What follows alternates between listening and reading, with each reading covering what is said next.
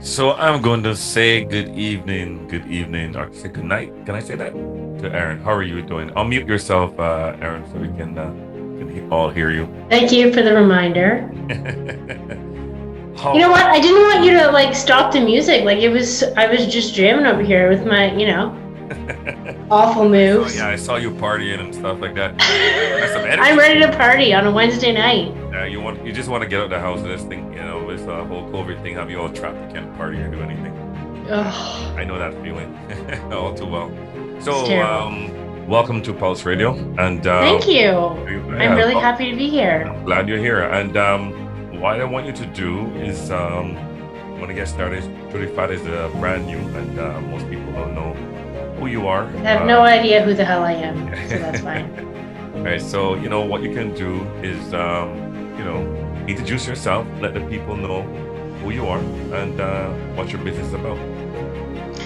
Yeah, so my name is Erin, and I am the CEO of the Joy Trend Co. I basically empower women to become the heroines of their own adventures. So I myself am a self-love and divorce recovery coach who help women find themselves after divorce because I've been through it. It sucks really bad. And you don't know who you are. And to be quite honest, I didn't know who the hell I was even before my divorce. So really just helping women find themselves again, getting into good habits, and like getting back in the dating world again, because that is a crazy mess right now. And all those good things. So, what made you decide to get into this? What made you say, you know what, this is what I want to do? What was that last? To Yeah. to be quite honest, I've literally worked, I feel like, in every industry. I knew that I could talk to people. I knew that I had the gift of communication.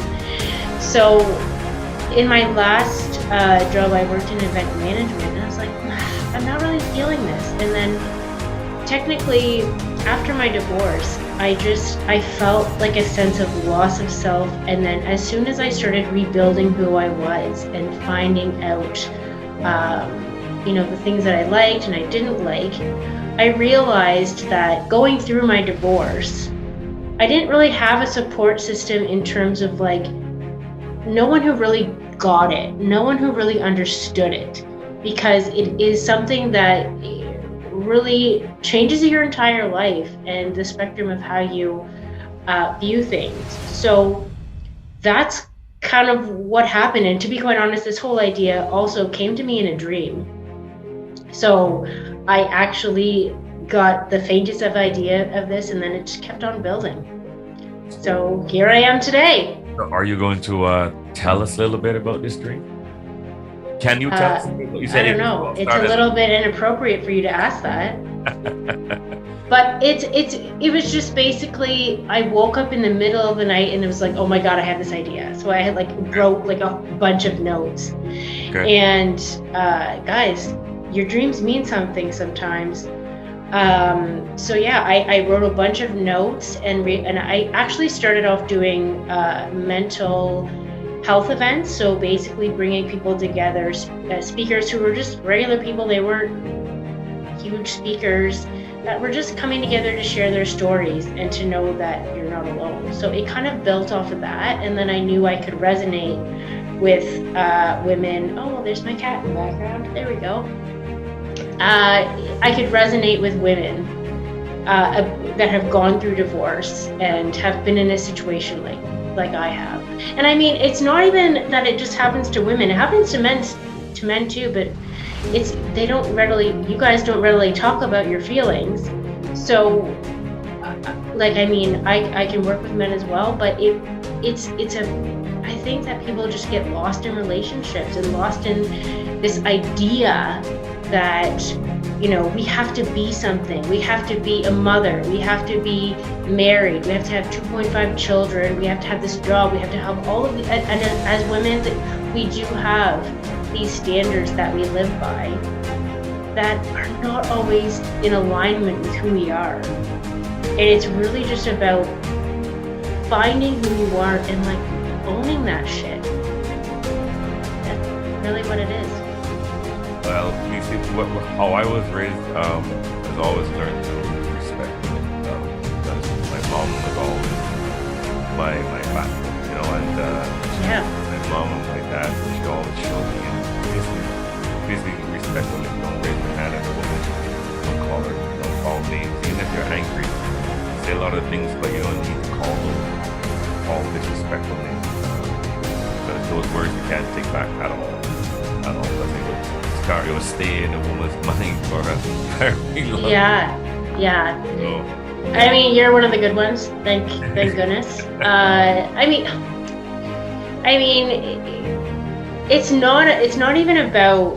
I mean, obviously, every man should treat a woman well, clearly, but I think it's beyond that for women. I think it's beyond. It's like we have this idea of shoulds. This is what we should be doing. This is, where my life should be going. And even like when I got out of my divorce, I'm like, well, what is life anymore? Because my entire identity was in this relationship. And now it's like, well, who the hell am I? Like, what do I even like to do? Like, I didn't even know what I like to do because I was so wrapped up in other people and in another person. So I have Sherry here. She says she wants to ask you a question. Sure. How did you find yourself after your divorce? If she can ask that question. Well, it's a very good question, and one you can find with working with me. But I'll give you the Cole's notes. First of all, it's fucking difficult. It's really difficult, and to do it on your own, it can be done. It's just a very difficult process. It was a lot about just going inside myself and asking myself questions of why I thought certain behaviors were okay, why I wanted that for myself, why I thought that relationship was for me, and to be quite honest, going through divorce and going through a breakup or any sort of breakup, it takes two to tango. So I don't completely blame the other person through it. If I was dating me at that time, I wouldn't like me either. Like it's and again, it's all hindsight, but really what you're doing is you're starting to be curious. You're starting to ask questions to yourself about why maybe that happened. I would get a journal and just start writing, and whether or not it's like a paragraph or 5 pages or a novel, who knows, just start writing your feelings and writing how you felt during that relationship and why you felt that during the relationship. It's just really just being curious and being aware, so that going forward, you can start to think about, okay, well, those things didn't necessarily work for me in that relationship. What does the new relationship look like? What does that feel for me? What does that look like? And start feeling that every day. And whether or not you're in a relationship or you're looking for a relationship, you just start to embody the life that you want to live. Start doing the things that you want to do. Start, getting a new hobby. If you're in a job that you hate and that was something you kept in because you were with someone, look at other opportunities. If you have kids, how can you reconnect with your children at this moment? Because I know there's obviously a lot of people going through divorce with kids. Unfortunately or fortunately for me, I did not have kids. But what kind of new relationships can you cultivate with your children during this time? And how can you best facilitate their journey also, because they're going through divorce just as much as you are. So it's looking about, yes, accepting what happened to me, being curious about the happenings that took place during the divorce, but then starting to really cultivate, what is my new life that I want? What are those things? Sorry, I just went on a tangent, but hopefully that answered a question. Oh, go ahead. Go ahead, because I have another question for you as well. Perfect. Amy is asking. She said you said before that you mentioned that you didn't know what you want to do after your divorce. How did you find the time to figure out what you wanted to do?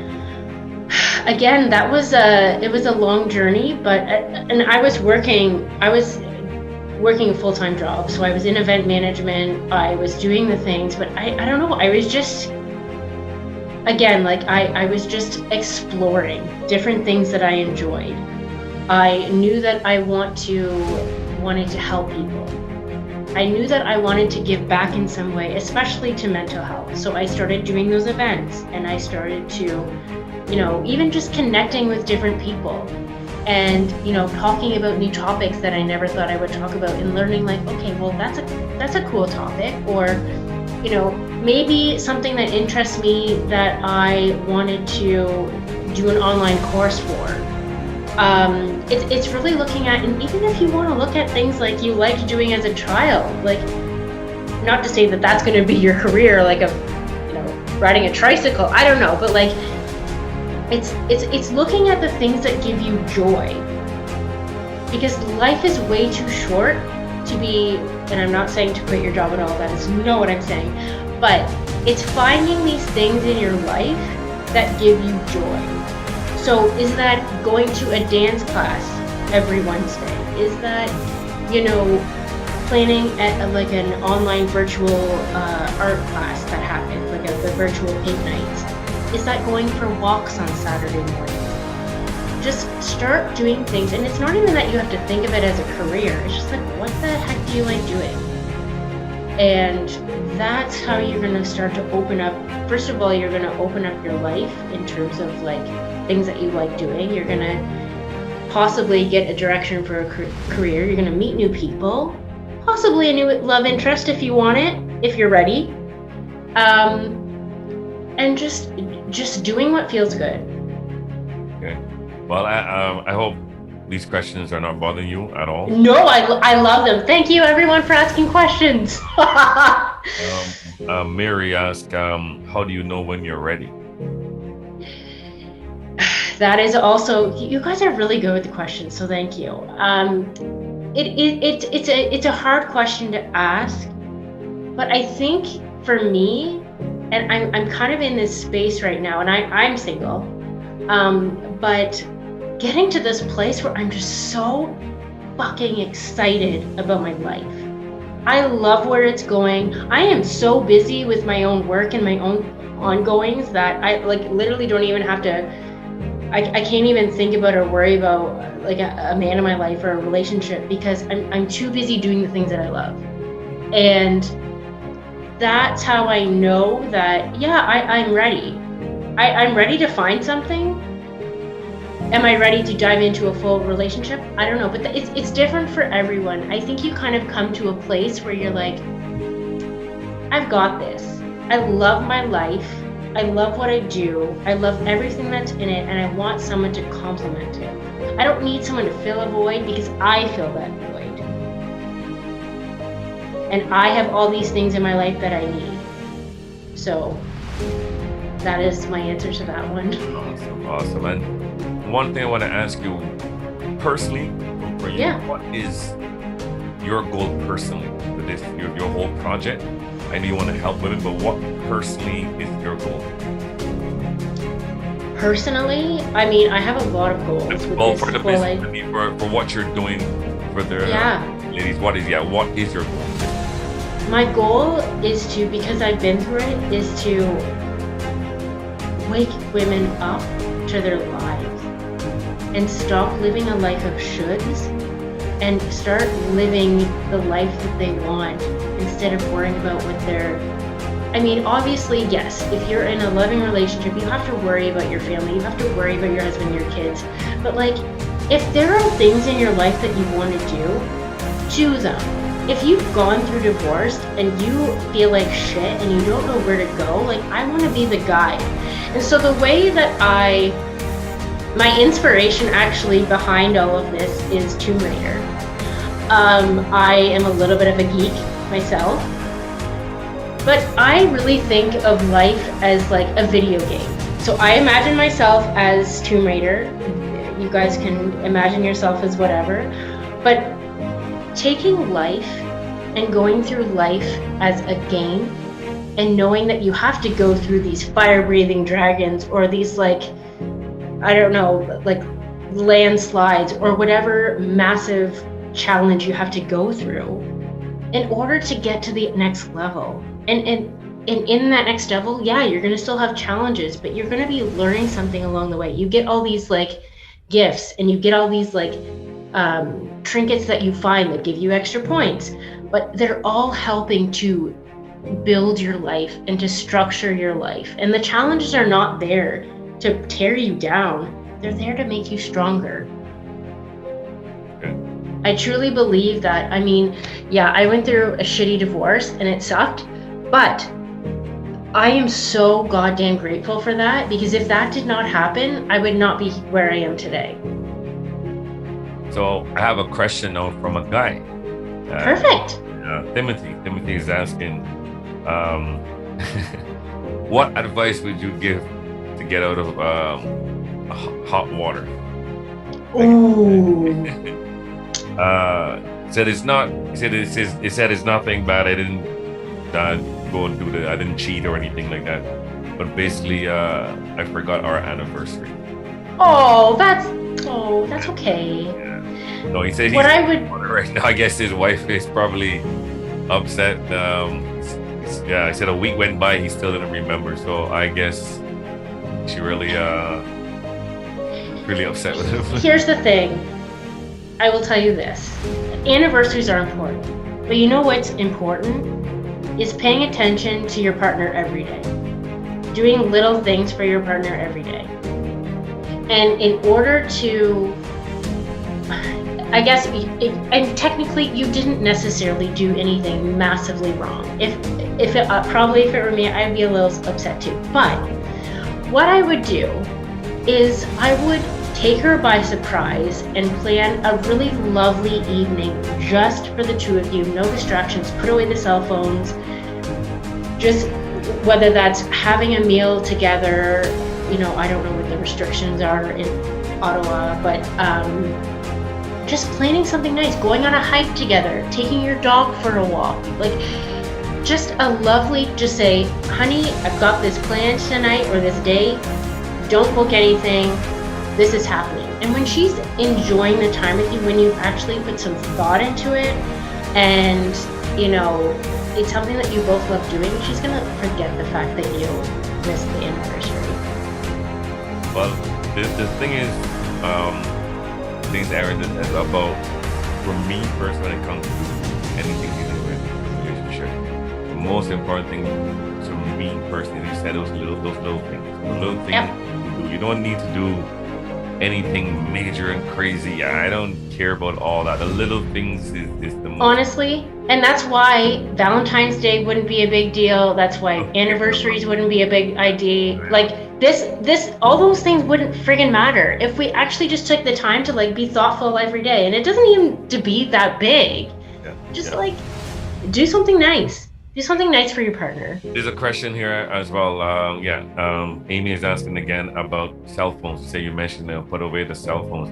She said, don't you think that is one of the biggest problems when it comes to relationship, that you go to dinner and you sit among your husband or your wife and they're always on the phone 24/7. You can never have like a private moment with them.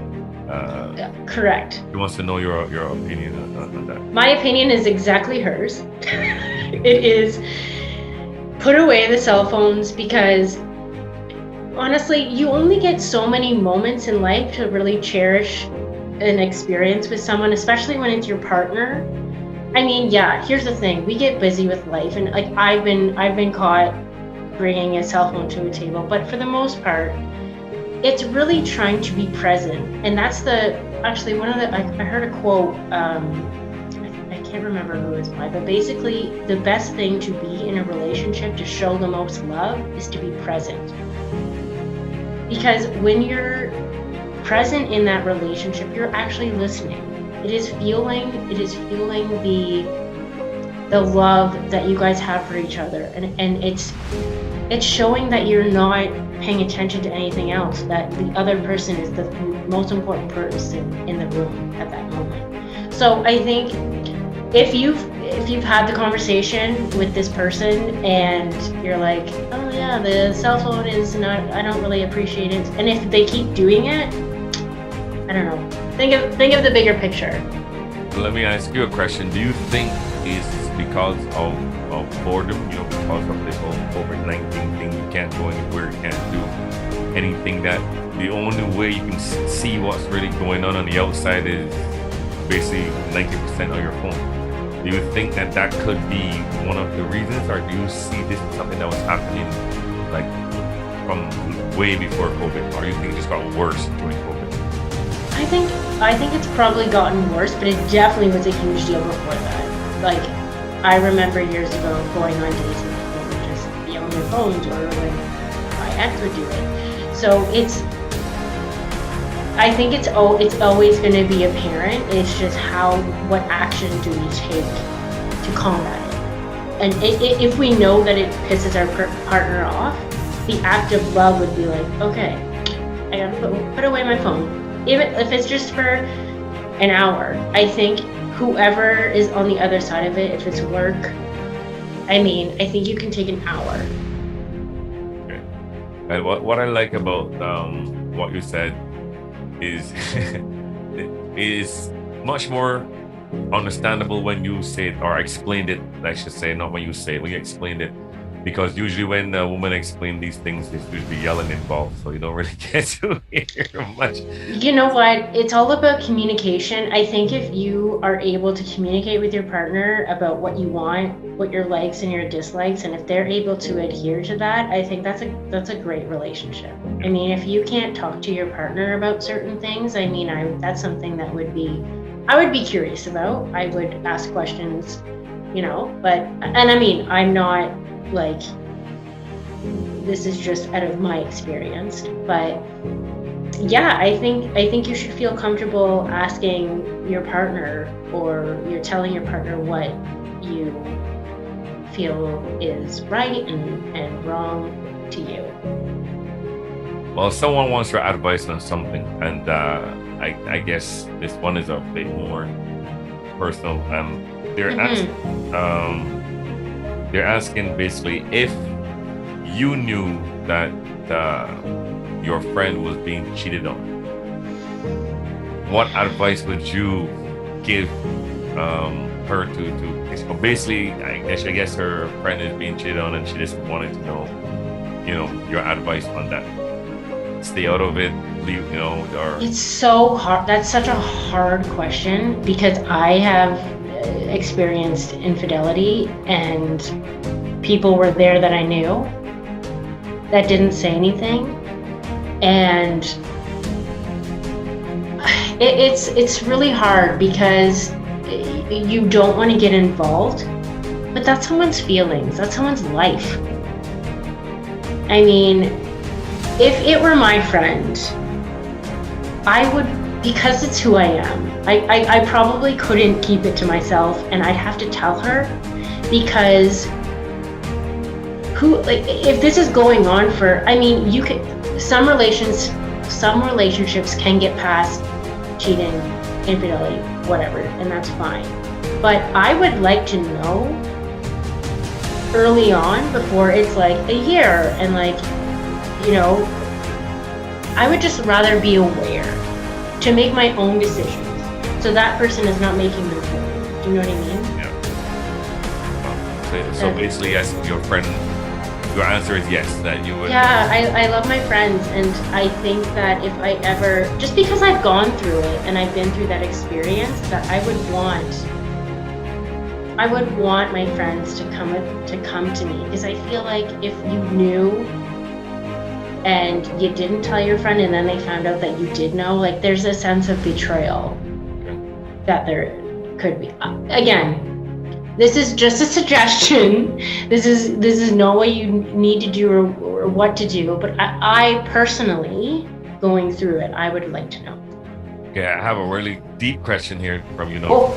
from Michelle. Michelle says that her She said that her friend's husband made a pass at her, but nothing happened. What do you advise? Should she leave it alone, or does she let her friend know? Guys, you guys are getting so deep tonight. I don't know. Oh my gosh.